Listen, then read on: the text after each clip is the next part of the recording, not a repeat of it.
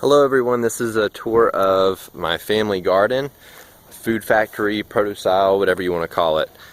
So I'm going to do this as fast as I can, so it's going to sound like vomit of the mouth, but I'm going to try and get it done as quick as possible. So here you go, here's our corn that we grew. I'm using plastic composting. I also have drip lines in here so water can slowly feed the plants, and then the plastic mulch kind of helps keep the ground a little cooler, especially in this high heat of summer.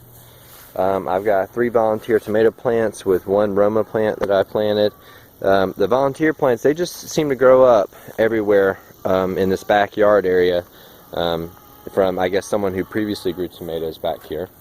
We have an herb garden of parsley here, and oregano, and some dill, and basil. And then I also have some thyme down below in here, and it's sort of shaded by the other plants, and it does really well. I also have cilantro, which is also a coriander seed later. That's looking beautiful and it's blooming. I have some chocolate mint from my mother-in-law, thanks to her. It looks really healthy. And then I have a little bitty true lavender plant right here, which was really hard to grow from seed, along from this one rosemary seedling I have with my other seedlings in the screened-in porch. Some onion chives and just chives and garlic chives here. As you can see, I have some marigolds on the ends of most of my rows, and those really help keep bugs away, so they're really nice. I have some sugar snap peas here. They're going to be growing up this trellis here soon. They were planted a couple weeks ago, and they're doing really well. Now we have some kale seedlings over here, so you can see they're not too old, but they're looking really good.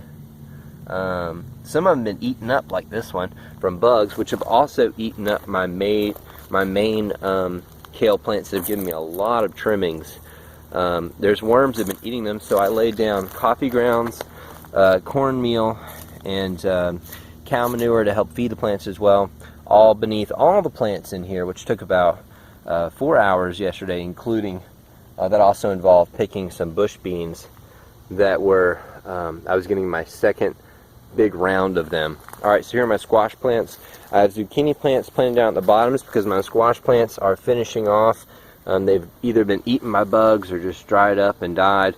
The heat's been pretty rough, so I try to water them regularly, but it's tough.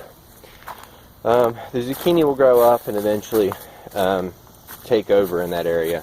Got some cucumber plants here. They're doing pretty good. I picked about 10 cucumbers the other day, and they are definitely coming along. They've done really well so far, and I only have about 4 plants. 3 of the 4 are really been the main producers. Again, marigolds everywhere. These are going to be big orange hybrid tomatoes. They're going to be really pretty and yummy later.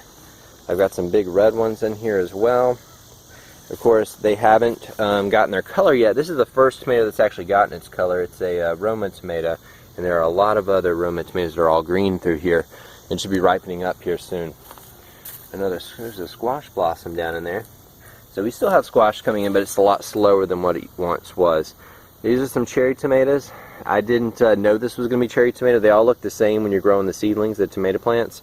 But it turned out to be cherries, so oh well. I mean, you can even pick this right now. Even when it's orange like this, you can still eat it. They're really good.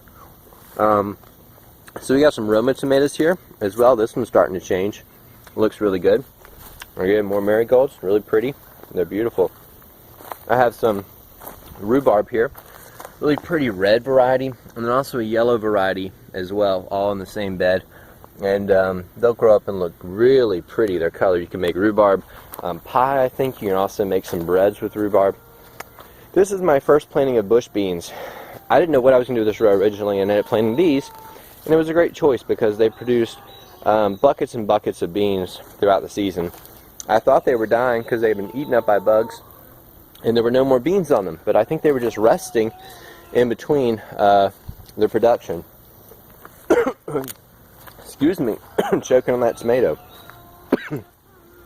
So when I thought they were dying, I planted a whole nother little section of bush beans, and they're here. They're growing up really nicely, so I'm going to have even more bush beans, which is even better. There's another new one. I can't remember which one this is, but you can eat both the root and the leaves on top. I've got what once was a bed of strawberries, or rows of strawberries, 4 of them. have all been taken over by weeds. I have some more strawberries over on that end. I'll probably just transplant those into this garden next season when it comes time. And I believe they're May strawberries, so they only really produce in May, and that's it. But they produce a lot of them. This is my keyhole garden. You got a chicken wire hoop here. All the compost goes down into the ground. It also helps feed the plants and prevent, I guess, it doesn't dry out as much. It helps feed the plants. You don't have to water as much. I've had to water it a lot because it's been so hot here lately this month. Another volunteer tomato plant. Just put it in here. There's a convenient place. There's my chickens. We might have some chicken eggs. I don't know, but I'm going to check. The chickens are great because not only are they great little pets, you can come out here and pet them. They're real sweet. They like love and affection. But then they also, give you their chicken poop, which most people go, ooh, gross, nasty. But it's really great for plants and composting. It's better than anything else that you can really get your hands on. So here they are, the chickens in their coop. You can see them. They're really sweet. I love them so much. Eloise, my prize chicken, is inside right now because she doesn't do really well on the ramp. And plus she gets really hot because she has a lot of plumage and feathers. And there are some eggs. Alright, I'll show you those in just a second. There's their roost up here, and that's their poop. Bar it catches, or board, it catches all the poop, and I just scrape it off and put it in the compost bin. Because when they roost at night. So they go up on this bar at night, except for her. And they just poop when they're sitting up there and sleeping or whatever they're doing. And it makes it easier for cleanup. Otherwise you have to change the shavings all the time, and that's such a pain. So that door basically gives me access to them. They're cleaning up the main area there. And we've got 3 eggs in here right now. And they look really good. And you see, oops, someone pooped in there. That's not good. But there's the bar again. This is their nesting box. A lot of people ask where they lay their eggs. And it's a separate little housed-in area for them. So it's really nice. Alright, real quick. You got compost bed number 2. Sunflowers are they reached their peak a couple weeks ago, so they're almost done. And this is my other compost bed. It's just concrete blocks to kind of hold everything in, and I just dump whatever as long as it's not been exposed to any kind of pesticides or anything. There's a few exceptions. Sometimes I'll put like oranges in there, and those have probably been sprayed with stuff because they came from here and there. Sometimes from work we'll have extra stuff left over. Here's my watering system. It's just a pipe that comes up out of the ground. This was already here.